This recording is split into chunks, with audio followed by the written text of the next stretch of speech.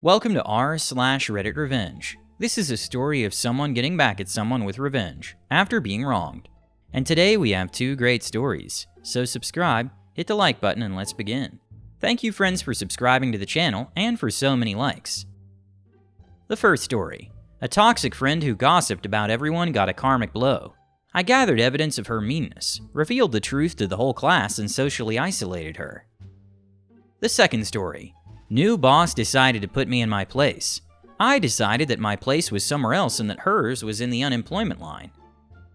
The first story is, toxic friend talked behind everyone's back, so I made sure everyone heard.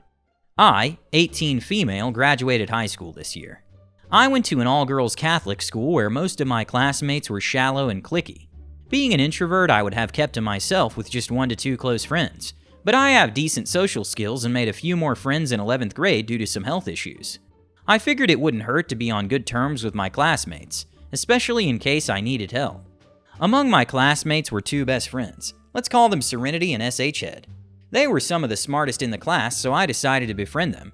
Serenity was sweet, helpful, and mostly kept to herself. SH Head, however, turned out to be one of my biggest mistakes. At first, SH Head seemed like a typical gossip, but my intuition told me she was a snake from the beginning. Still, I put up with her since I didn't want to be isolated. Everything changed when Serenity decided to get more involved in student politics and ran for head girl. Good for her, but SH Head, she hated it. She started with comments like, "Serenity never spends time with us. She's always busy with her other friends."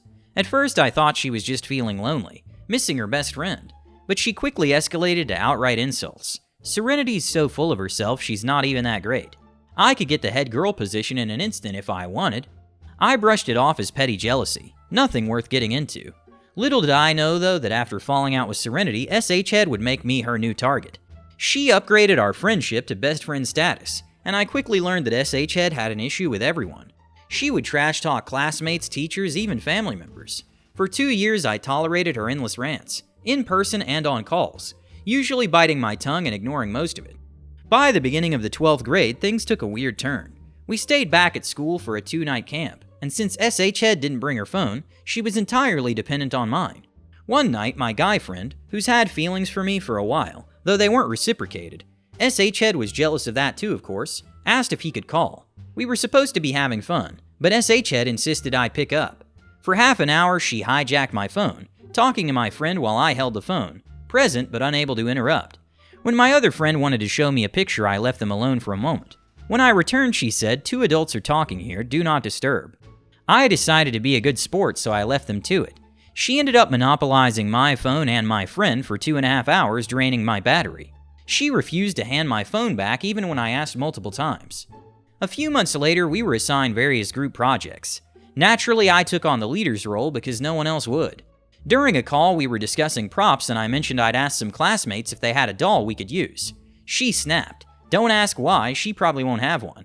I replied, "It's a doll. Everyone had one as a kid." Then she said she might have one, but it won't be good quality-wise. I asked why.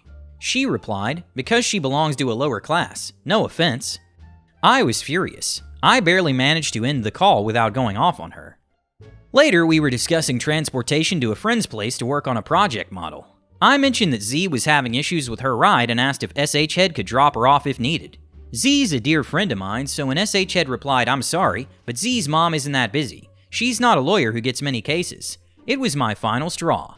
I stopped speaking to her outside of project work. Because of the project, I had to interact with X, another friend of SH Head, not Serenity.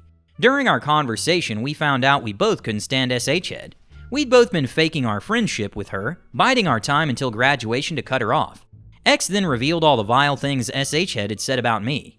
Body shaming, bragging about being prettier, and worse. One day, while I was at X's house, we called SH Head without telling her I was there.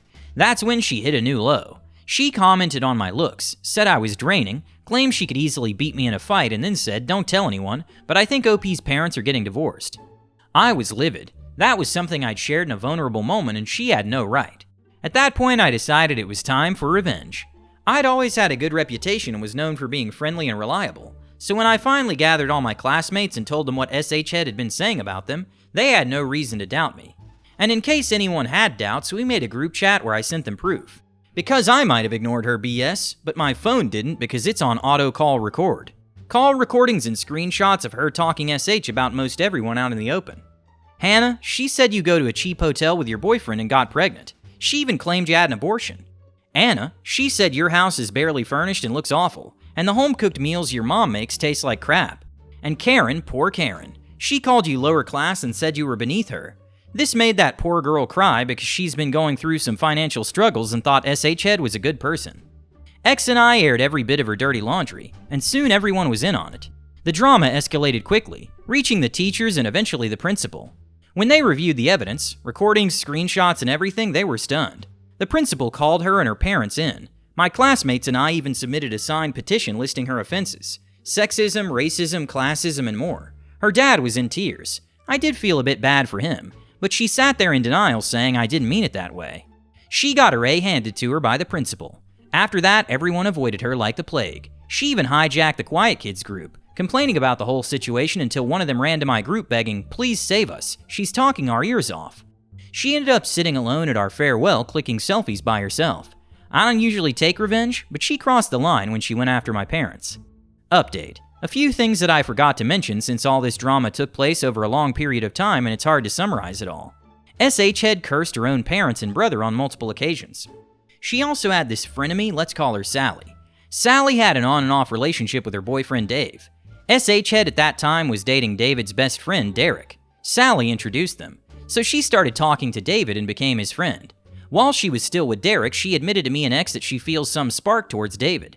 A short time after Derek abruptly ended things with her, she, who claimed it was just a spark, nothing more, went and confessed her feelings to David, therefore coming in between David and Sally. She got rejected, but still, that was a huge breach of girl code. Apart from this, she has also said things about X's boyfriend like, X isn't that great academically, but her boyfriend on the other hand is in the top 10 in his class. He's preparing for so-and-so exam and is so smart. I have no idea why he's dating her. He's way out of X's league. She doesn't deserve him. She then sent a follow request to X's boyfriend. He's loyal, so he didn't accept it and told X about this. SH Head then changed her PFP to a picture of her face. Previously, it was a blurry candid, and sent a request again, thinking her beauty will sway him or something. When he still didn't accept her request, she said stuff like he's such a lapdog.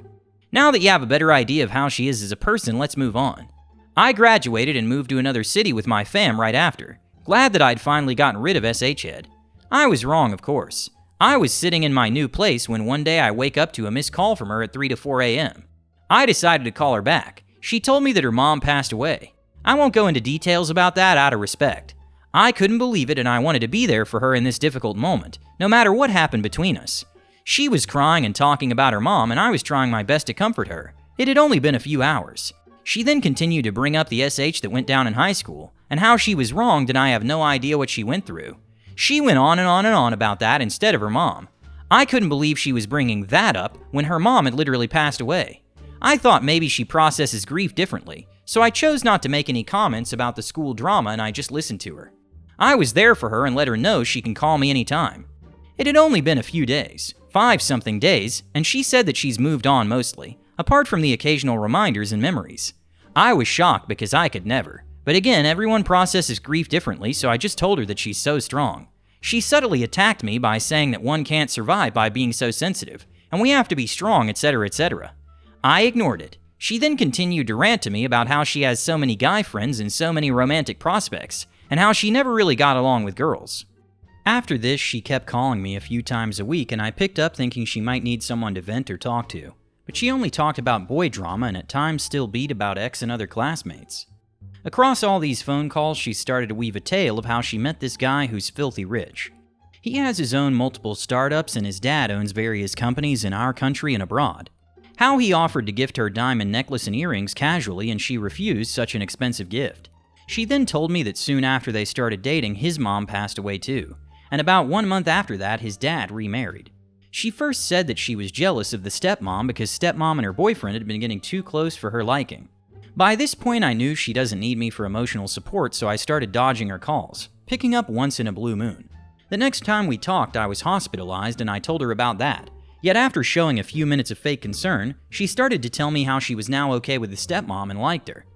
I was lying in my hospital bed in severe pain listening to how boyfriend's dad had started acting weird, and sent him to handle a sketchy deal despite knowing it's dangerous just because he's now inherited the company and should be more responsible. He then got stabbed by the middleman, went back a few days later, got shot, and was now in a coma. She continued to say how she was more worried than his family. She also fed him the same "you shouldn't be so sensitive, you should be strong" BS to him when his mom passed. Anyways, a few months later I picked up her call and she's now telling me that his aunt has been doing black magic on him because she wants SH Head's boyfriend to marry her daughter, his cousin, so that she can inherit the wealth. SH Head continues to tell me that his health being bad and him getting stabbed and shot were all because of black magic. This was the end of my patience. I haven't picked up her calls since then because I'm seriously done. I've got to set up boundaries because she's just using me to cure her boredom at this point.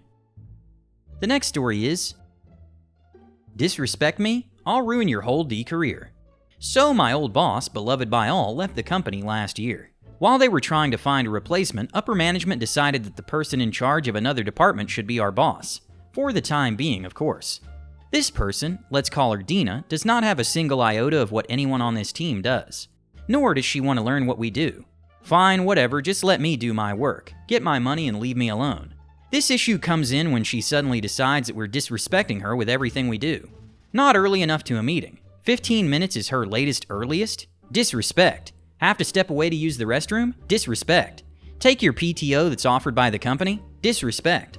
Finally, I have enough and start documenting every instance with proof and witnesses into a massive Excel sheet. At this point, sure, it's annoying and I'm passively looking for new work, but I've dealt with worse. The breaking point for me came during my yearly review. This is the first and hopefully only time I've ever been put on a PIP plan.